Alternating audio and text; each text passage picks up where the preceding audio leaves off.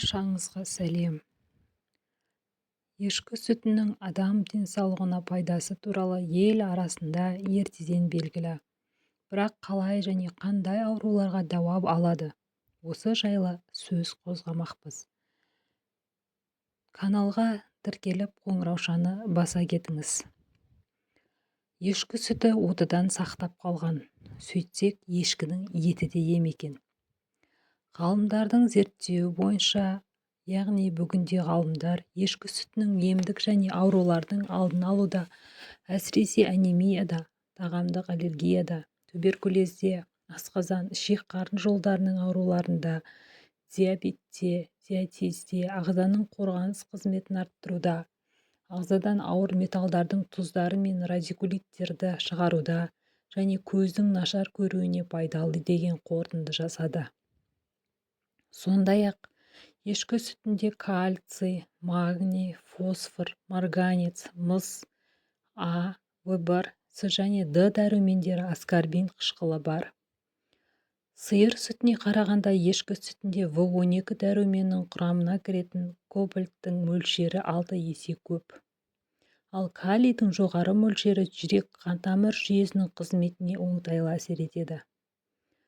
Сиыр сүтіндегі темірге қарағанда ешкі сүтінің темірі жақсы сіңеді. Бұл анемияның алдын алуда аса маңызды деп отыр мамандар.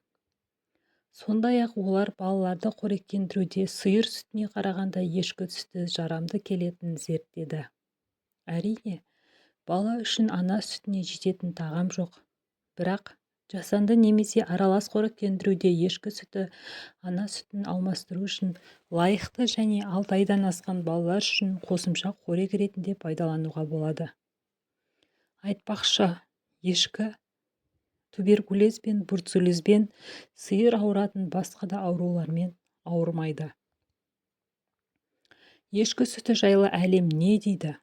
Швейцарияның таулы шипажайларында туберкулез, анемия мен рахит ауруына шалдыққандарды әу бастан-ақ ешкі сүтімен емдеген.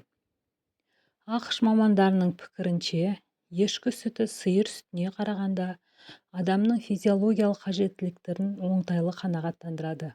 Олардың деректеріне сай, сиыр сүтіне аллергиясы бар адамдардың көпшілігі ешкі сүтін жеңіл көтереді. Бұл пікірді итальяндық медицина қызметкерлері де жоққа шығаруда. Олардың зерттеулері керісінше нәтиже берген.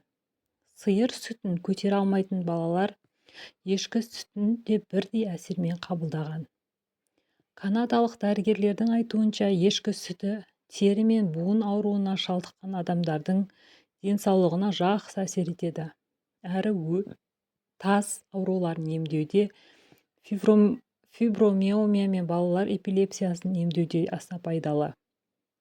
Авиценна жерлестеріне кәрі жасқа жеткенде ешкі сүтін ұдайы пайдалануды ұсынған. Ежелгі аңызға сенсек, найзағаймен алысқан Зевстің өзі Амалтея, тәңірлік керемет ешкісінің сүтін мүйізінен ішкен. Емдік қасиеттерін күшейту үшін оны түрлі қоспалармен, көз бұршағының бұлыңғыр тартуына қарсы күнжітпен, іш өтуге қарсы теңіз тастарымен, арпа жармасымен қайнатқан. Демек, ауырмаймыз десек, ешкі сүтін тамақ рационымызға міндетті түрде енгізіп қоюымыз қажет.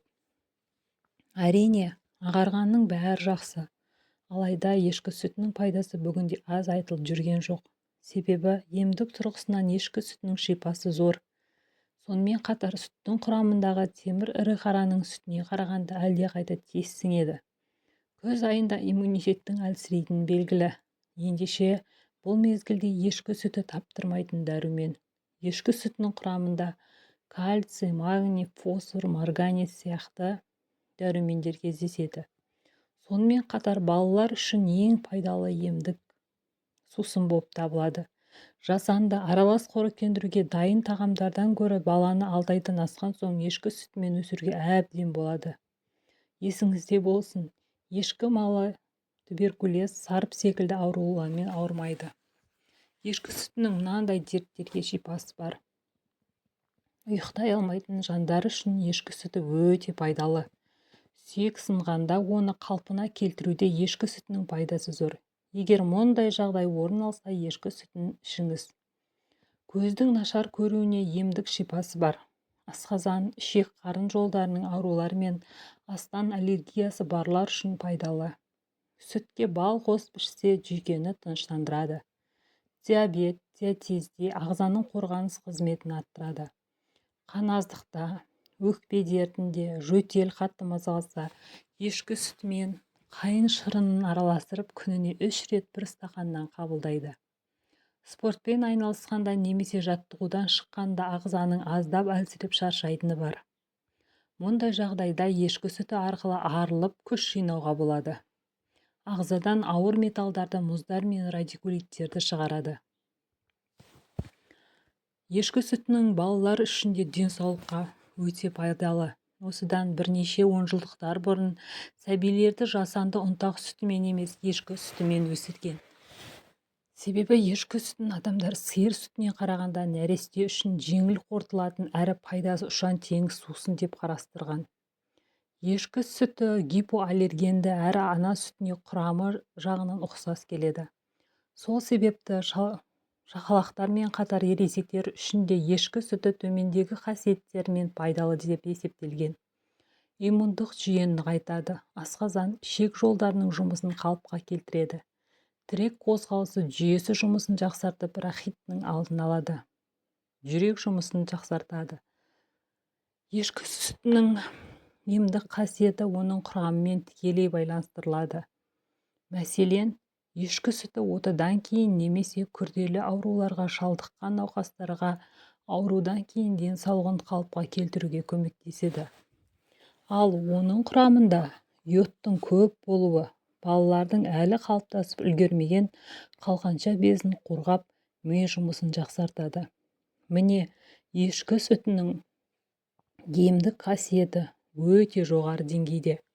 Сондықтан да қазақ тілінде жасалған бұл арнаның дамуына өз үлесіңізді қосып, подписка жасап кетіңіз. Және де қоңыраушаны баса кетіңіз. Сіздерге керемет ақпарат болды деген сенімдемін.